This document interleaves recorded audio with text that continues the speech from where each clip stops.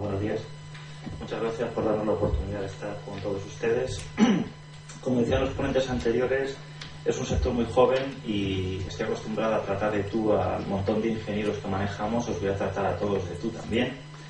Y hay dos mensajes iniciales que yo quería compartir con vosotros. Uno es la reflexión que ya se ha hecho de la tremenda capacidad de generación de empleo del sector de las energías renovables, un empleo de calidad, un empleo cualificado y sobre todo un empleo que genera muchísima capilaridad a nivel geográfico. Es un sector que luego veremos brevemente en el que hay fábricas por puntos muy diversos de España que no son necesariamente ni Madrid ni Barcelona, lo cual es muy positivo para la economía de este país. Bien, no es esa. Es arriba del todo, la primera de todas. He puesto unas cuantas slides de más, no las vamos a cubrir todas para que luego podáis tener algunos datos que salen de dos informes fundamentales que vamos a compartir. El primero se compartió en Zaragoza en las jornadas que ha habido de la UINESPO en septiembre. Es un informe hecho por Deloitte para la Asociación Española Eólica, donde se ve la evolución del empleo en el sector eólico, que es un reflejo del resto de los sectores dentro de las energías renovables durante los últimos años y durante los próximos 10 años. Muchísimas gracias. Y el segundo de los informes es el plan de energías renovables. Vamos a poner dos breves reflexiones sobre este plan, que está pendiente, por supuesto, de la regulación que tendrá que hacer el nuevo gobierno y del impacto que tendría en el empleo previsible. Bien, vamos a la primera de las gráficas. Esta gráfica lo que nos da es una imagen de la evolución de contribución al Producto Interior Bruto, a la potencia instalada durante los últimos años, desde el 2000 hasta el 2010. Podéis ver todos cómo se produce una caída importante, es la línea azul, a partir del año 2008, que es cuando empezamos con todo el tema del preregistro en la energía eólica. Luego veremos cuál es el impacto inmediato en el empleo. El sector eólico y el de las energías renovables son unos sectores que tienen un muy elevado impacto en términos de empleo cuando se produce una bajada en términos de actividad y contribución al PIB. La elasticidad sobre el empleo es elevadísima.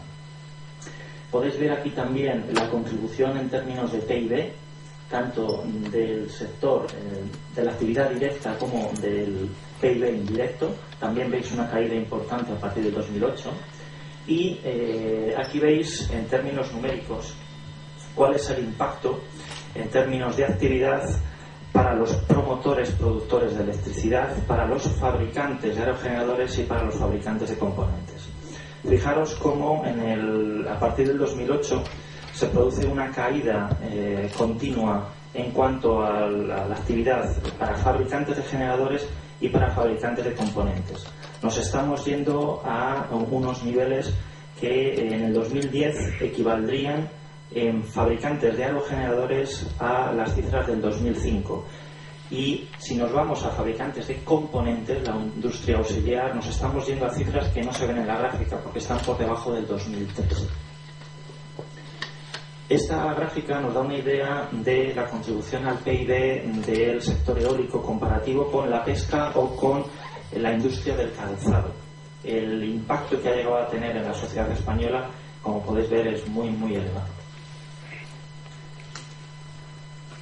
Si vamos a esta gráfica, lo que queríamos compartir con vosotros es, ¿recordáis la caída del nivel de actividad del 2010 al 2005? Fijaros el impacto inmediato en el empleo. En el año 2010, en la parte de fabricantes de generadores, nos estamos yendo al nivel de empleo del 2005-2006. Es decir, la caída es inmediata, al mismo nivel de empleo que el de actividad. Y si nos vamos al nivel de fabricantes de componentes, el nivel de empleo cae del 2010 a por debajo del 2003. Lo que os decía al principio, la elasticidad de la caída de la actividad en el sector eólico sobre el empleo es inmediata. No hay un margen como en otras industrias, como puede ser la del automóvil, donde el nivel de actividad de las fábricas se mantiene durante un tiempo, aunque ya estamos viendo noticias. Este sábado venía en expansión sobre los ERES, introducción de empleo en las grandes fábricas españolas. ¿Cuál ha sido el impacto en términos de empleo en todos estos años? Bueno, pues la caída del número de empleos en el último año ha sido de unas 5.000 personas y en el periodo 2008-2010 ha sido de unas 10.000 en total. ¿Qué ocurriría si mantenemos el mismo nivel de reducción, si se mantiene esta situación de falta de claridad regulatoria? Las previsiones serían de otra pérdida de otros 8.000 empleos hacia el 2015 y otros 10.000 empleos hacia el 2020. Ante esa situación, que es muy positiva en cuanto a lo que ha ocurrido hasta ahora y muy negativa en el impacto de los últimos años, ¿cuál es el escenario que nos encontramos ahora mismo? Y este sería el plan de energías renovables. Fijaros en esta gráfica, donde no tiene muchísima calidad, luego la podéis ver con más detalle, se ve cómo se produce una disminución en el consumo de electricidad. En el año 2010 se han consumido 131,9 millones de toneladas de petróleo equivalente, que sería el nivel de actividad que había en España entre el año 2000 y el 2005. Fundamentalmente, cuando tenemos una sobrecapacidad de producción, lo que tiene que ocurrir es que realmente sea rentable el incorporar nuevos sistemas de producción frente a los anteriores, para que algún gobierno, o para que el gobierno que esté ahora mismo, tenga la valentía de ir hacia adelante sustituyendo unas fuentes de producción frente a otras. En esta gráfica se ve cómo se desplaza el carbón de manera continua del 17% al 7% hasta el 2020 y cómo el petróleo también produce un retroceso importante en favor del consumo de gas natural y de las energías renovables.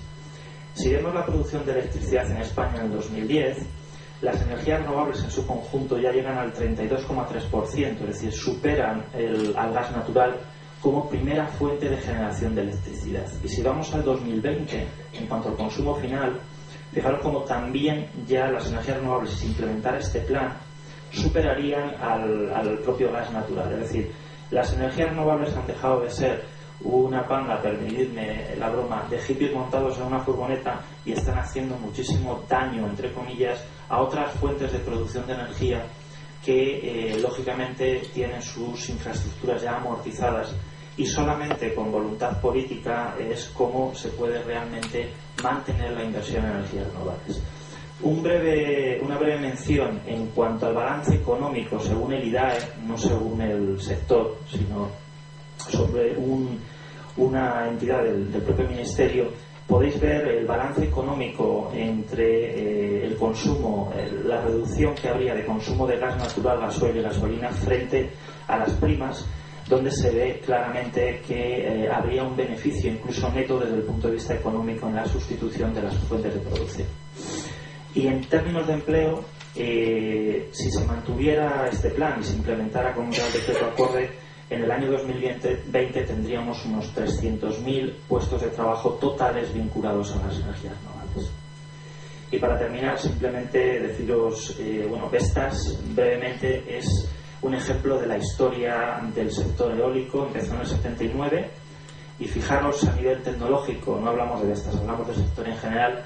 Lo que hace 25 años para producir 3 megavatios hacían falta todos estos generadores, hoy en día se produce solo con uno, y con los nuevos modelos, el último que estamos sacando nosotros de 7 megavatios para offshore, serían el doble el número de generadores comparativos a los de hace 25 años, 15 años.